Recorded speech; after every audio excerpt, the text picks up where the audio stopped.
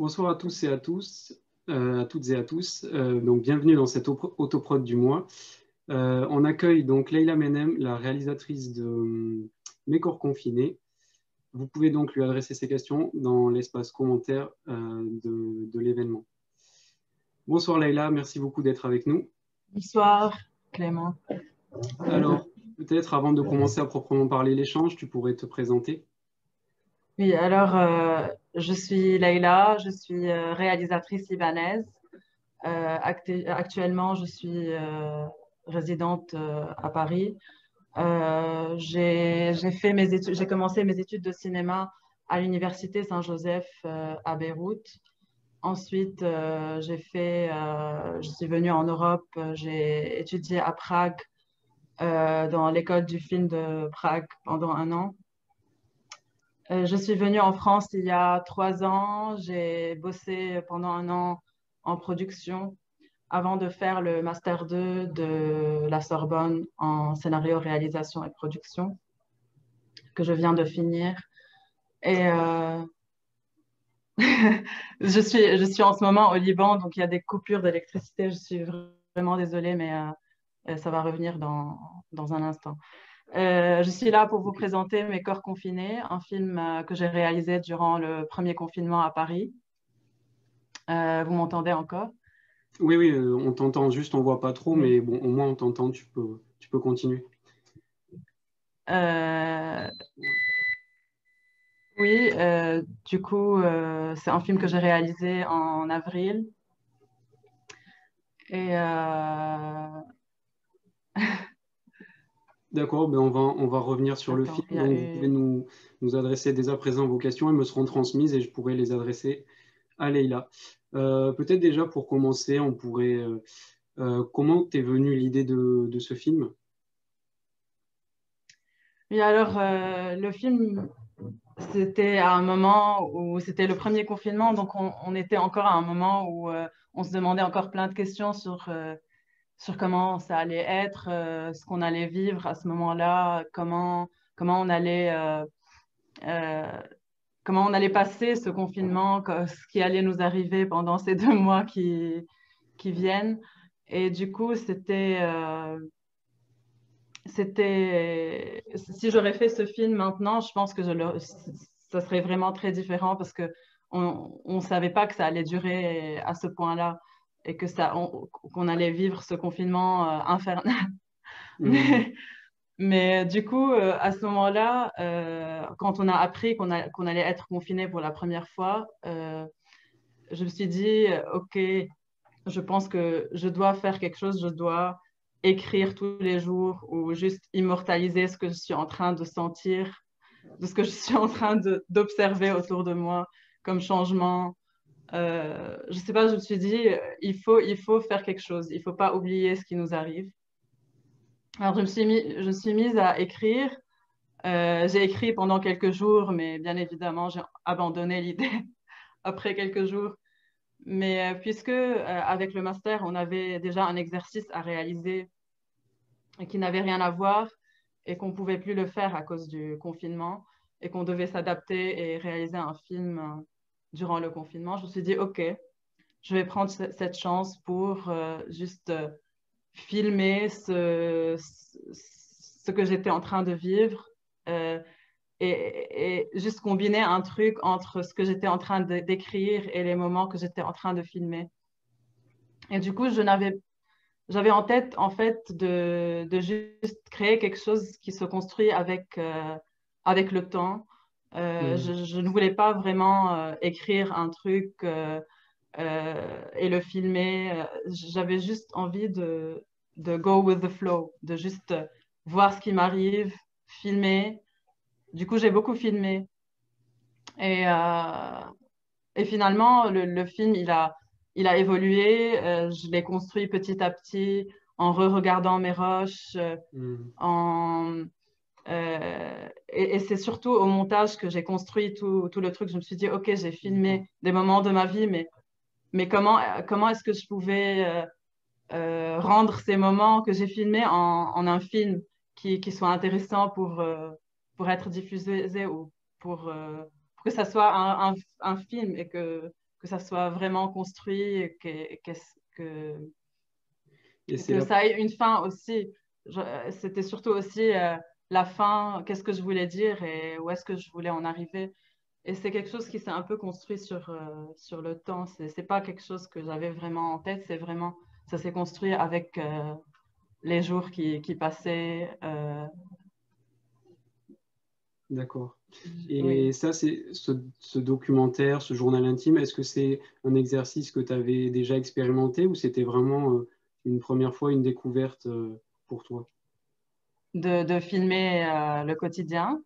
De filmer le quotidien et surtout, comme tu dis, d'y revenir jour après jour et de le construire quand tu faisais aussi ton montage et puis en fonction de ce que tu voyais, peut-être tu t'es dit, ah ben je pourrais filmer ça, cette manière de travailler Mm. là.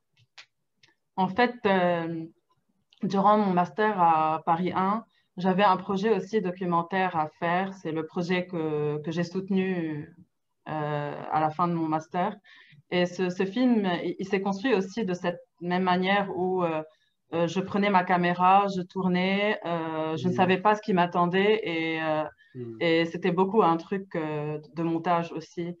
Et donc, je D'accord, pense que c'est à ce moment-là aussi que j'ai commencé à expérimenter cette manière de travailler.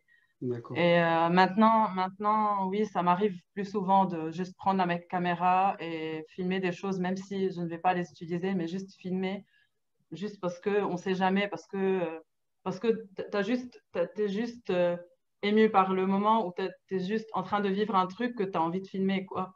Et donc ça, c'est devenu un peu, aussi grâce au confinement et à ces différents projets, c'est devenu un peu quelque chose que je pratique dans ma vie de tous les jours. Oui. D'accord. N'hésitez pas surtout à nous poser des questions si vous avez envie de rebondir sur ce qu'a dit Leïla, par exemple. Moi, j'avais une question pour ma part. Pourquoi avoir mis corps au pluriel dans le titre du film? Oui, alors, corps, pour moi, c'était bien évidemment mon corps, mais aussi l'extension de mon corps dans toutes les personnes avec lesquelles j'ai vécu ce moment-là et tous les corps qui m'ont entouré et qui ont partagé avec moi ce moment, ces questionnements. Parce qu'on voit dans le film que j'étais pas seule et ce que Mm. j'avais envie de raconter, c'est aussi euh, m- ce que j'étais en train de vivre avec les autres aussi et ce que j'étais en train de me poser comme question avec les autres. Euh, même si tu vois aussi dans la VO, je suis en train de poser des questions à d'autres aussi. C'est juste, oui, mais mes corps, c'est parce que mon corps, mes plusieurs corps à moi-même, mon intérieur, mon corps physique et intérieur, mais aussi toutes les personnes Ouais, euh, qui forment mon entourage et qu'on peut voir dans le film. tout à fait. Ouais. Ça me fait penser notamment aux écrans qui sont assez présents dans le film. Quelle place ils occupent dans ton film, ces écrans? En fait, oui, je pense que ce qui était un peu aussi nouveau pour nous durant ce confinement, c'est comment on a pu s'adapter à cette situation et comment les écrans, ils ont juste, ils sont venus remplacer beaucoup de choses dans nos vies, les rencontres avec les amis, les discussions, les projections. Il y a beaucoup de choses qu'on a commencé à faire à travers les écrans, le travail, tout. Et Mm. moi, il y a des personnes qui ont réussi peut-être pendant ce confinement, à vraiment être isolées du monde, mais je pense que moi, au contraire, il y a beaucoup d'images qui se sont introduites dans ma vie parce que je regardais beaucoup les infos, ce qui se passait en Italie, au Liban, les manifestations, il y avait beaucoup de choses qui se passaient. En plus, les amis, tout ça. Et ça se voit dans le film, mais je ne me rendais pas compte, mais après, en regardant le film, je me suis dit, oui, en fait, j'étais confinée, mais les écrans, les images, j'étais envahie par les images, par beaucoup de choses, beaucoup de monde qui se sont introduits dans ce petit appart qui est en soi, qui est le même, mais dont les images sont en train de changer. Mm. Il y a aussi, le film commence aussi sur des réflexions en voix off. Est-ce que c'est une manière pour toi, dans ce film, de confier tes pensées, comme là, du coup, on se rapprocherait vraiment du journal intime? Est-ce que c'est une manière de, voilà, de véhiculer tes pensées? Et en fait, puisque c'est un film intime, en fin de compte, je suis en train de raconter des choses qui me passaient par la tête. Et comme tu peux voir, ça, la manière dont on suit aussi la VO, on peut voir aussi comment ma voix au début euh, et ce que je raconte à la fin, ça devient de plus en plus, ça s'enfonce de plus en plus dans de nouvelles questions, dans de nouvelles craintes, alors qu'au début, j'étais un peu excitée de ce qui nous attendait, qu'est-ce qu'on va faire, on va profiter. Mais en même temps, à force, et surtout maintenant, si on se pose la question, on se dit oui, ce confinement, il nous a apporté beaucoup de choses, mais à force, plus le temps passe, plus il y a des questionnements, et plus les choses Mm. sont... Oui, Je tu sais pas, parles. ça évolue toujours jusqu'à Ouais. maintenant, mais C'est vrai que C'est vrai que là, tu mentionnais le fait que le film évolue. Et au début, mm, c'est presque une bonne nouvelle, entre guillemets. Tu parles de la frénésie du quotidien. Et là, tu vas pouvoir prendre le temps de te poser avec ton compagnon, etc. Et c'est vrai qu'à la fin, au mm, contraire, on a cette vision-là est un peu disparue. Et j'ai l'impression avec la voix off, tu te poses l'enfermement se manifeste. Moi, j'ai mm, compris le fait que tu dansais c'était une manière une recherche, un élan de liberté, peut-être mm. euh, en Oui, la réaction à ce VO. sentiment d'oppression qu'induit le confinement. Oui, à la fin, comme tu vois, au début, je suis en train de poser, de, dans la VO, je suis en train de raconter à voix haute ce que je ressens, mais à la fin, Mm. oui, on arrive à quelque chose de plus en plus dark, si tu veux. Mais et à la fin, c'est une lettre que j'ai trouvée. Pour moi, c'était ça un peu ma manière de finir ce, ce film. C'est c'est, même si c'est de plus en plus dark, mais j'ai trouvé une manière aussi de finir le truc avec un message d'espoir quand même, Ok. de se dire peut-être que maintenant qu'on a vécu le confinement, qu'on sait ce que c'est la liberté de se déplacer, Mm. de Mm. vivre comme on vivait avant, juste de savoir que en vivant ça, peut-être que maintenant on sait ce que ça veut dire. On sait l'importance de ce qu'on avait peut-être. Donc c'est un peu quand même c'est un peu une fin qui est positive quand même. Bien sûr, ouais. Oui, je pense on prend tous conscience de ce qui nous manque en ce moment, notamment, pour ne citer que ça, Mm. les salles de cinéma qui sont fermées ou le fait que bon, on peut pas. Donc c'est vrai que par contraste, on se rend compte de la valeur de ce qu'on avait. Mm. On n'a toujours pas reçu de questions, donc vraiment n'hésitez pas si vous avez des réflexions à partager avec nous. Euh, euh, Qu'est-ce qu'on...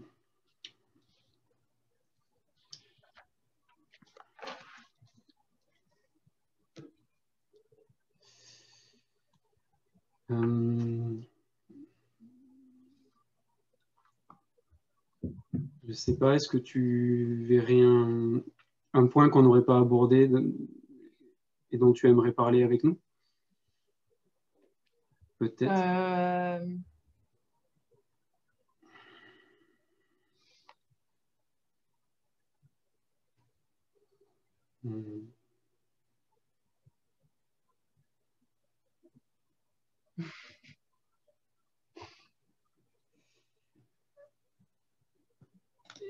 2 secondes.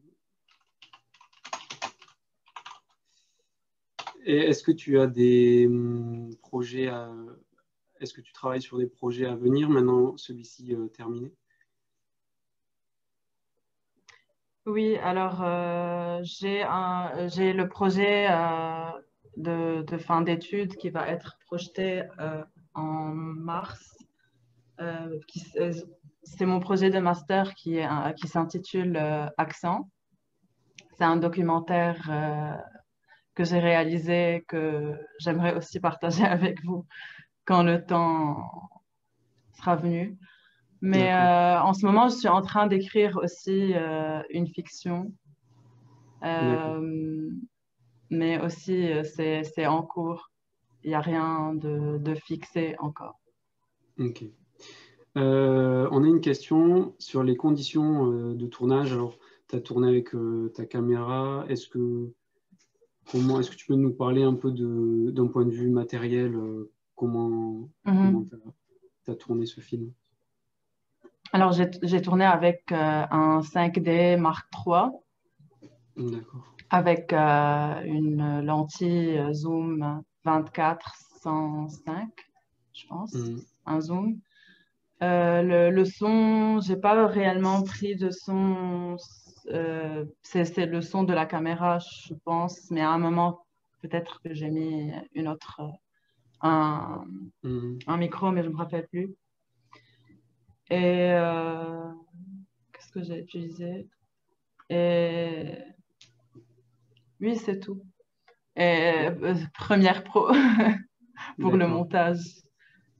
Et c'est vrai que peut-être que cette disposition où en fait, tu as fait le film entièrement toute seule, à part les musiques, c'est toi qui as filmé, tu as pris le son, tu as fait le montage. C'est vrai que ça, forcément, tu es dans une disposition très, très intimiste chez toi. Et donc, j'imagine que tu as dû aussi, bon, forcément, c'est une certaine limite, mais tu as peut-être trouvé dans ces contraintes un terrain à explorer et des choses à proposer artistiquement, j'imagine.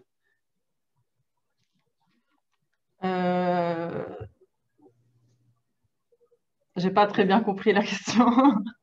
Ben, est-ce que le fait que ça soit ton matériel, que tu sois toute seule, que aussi tu n'aies pas un planning de tournage à respecter comme ça peut être le cas dans des tournages En traditionnels, fait, j'imagine. oui, en fait, quand tu es en train de filmer chez toi des moments intimes de tous les jours, tu te dis à qui ça peut intéresser, ça, en fait. Je suis en train de filmer des choses banales de tous les jours. Mais je pense que ce genre de film et cette forme de film, elle est plus basée sur le montage, à mon avis.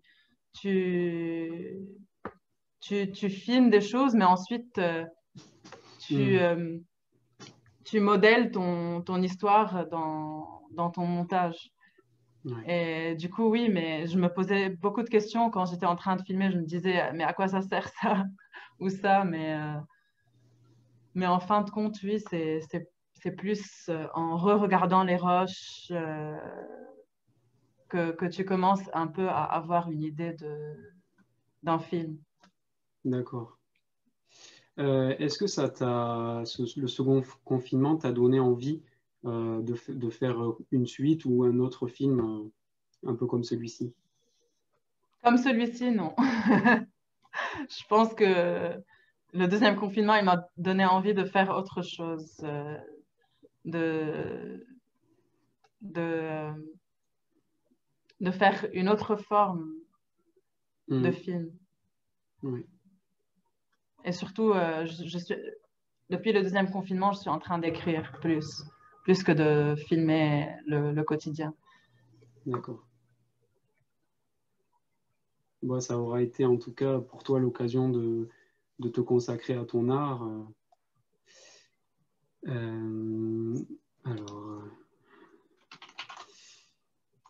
j'ai pas reçu la question, si vous voulez bien me la renvoyer.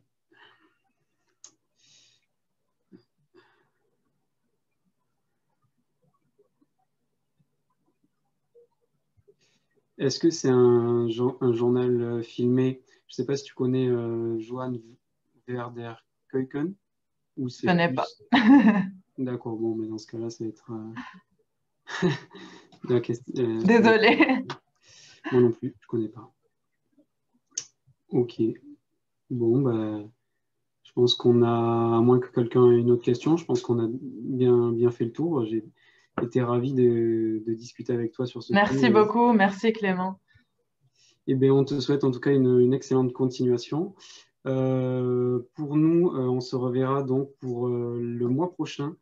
On recevra Suzy Nguyen et Simon Leclerc pour leur film Chou-fleur, qui a donc été sélectionné dans le cadre de l'autoprod du mois. Voilà, ben merci à tous de nous avoir suivis. À très bientôt et bonne soirée. Salut. Au revoir.